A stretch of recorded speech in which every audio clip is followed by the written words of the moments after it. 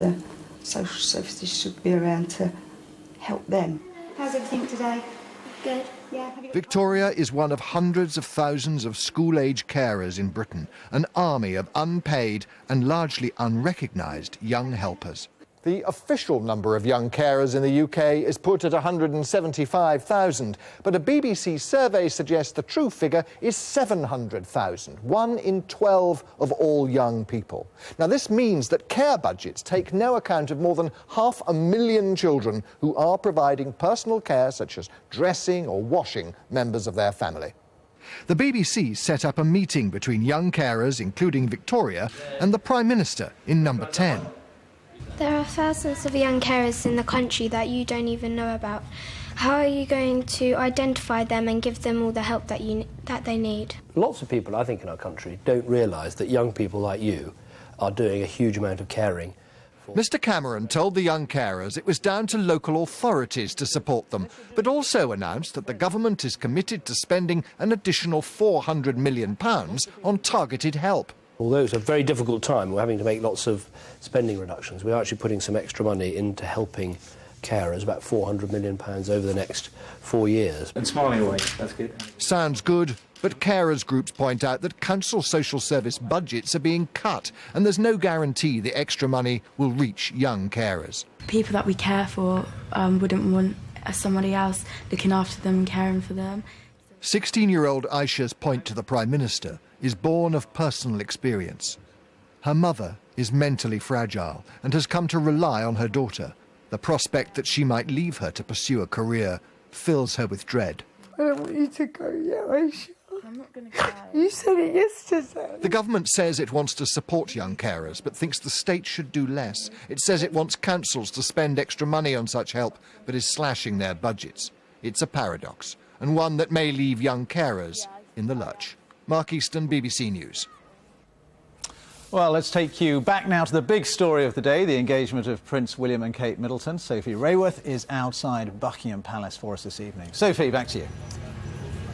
Ben, thank you very much. So there is, of course, already plenty of speculation about when and where the royal wedding will actually take place.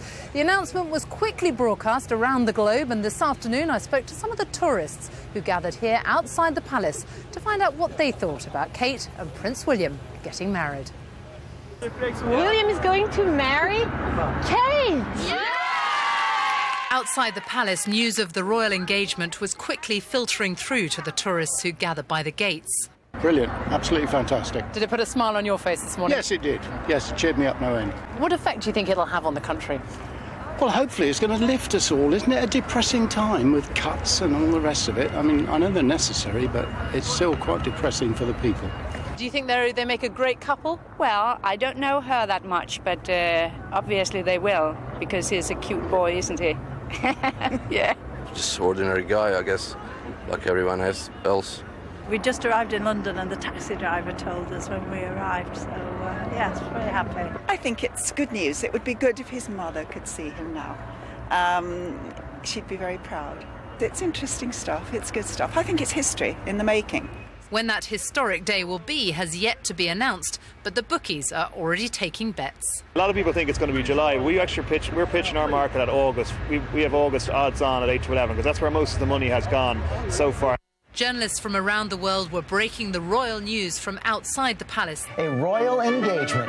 Prince William finally pops the question. This is how millions of viewers in America first heard that Kate would marry her prince. And they're getting married next spring or summer in London.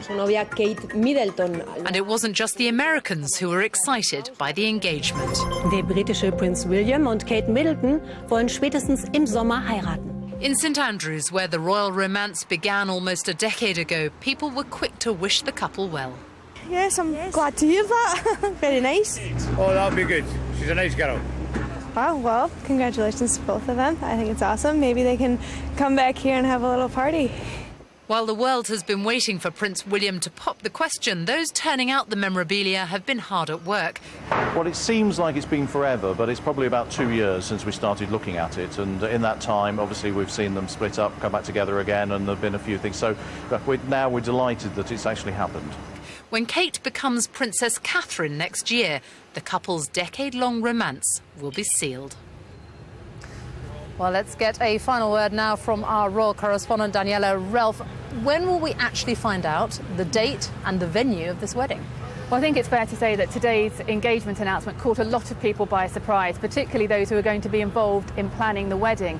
The couple had kept their engagement secret. They told just the most immediate members of their family. So there is a lot of planning to be done now. It's not that they have a date and they're not telling anyone. It seems that they're literally looking at everybody's diaries, looking at lots of dates and having to juggle a lot of things. We understand that there is a venue in mind, but still the dates to be worked on. They will have to look at the Queen's diary to see when she is available, the Prince of Wales as well, of course, when he is free, and Prince William too. He will have to be released from his RAF work in North Wales. So lots of things to be looked at the moment, but I suspect that we will get more details on both the venue and the date of next year's royal wedding in the next few days. Daniela Relph, thank you very much. And you can see Prince William and Kate Middleton's first interview as an engaged couple on The One Show here on BBC One and also on the BBC News channel at 7 o'clock tonight.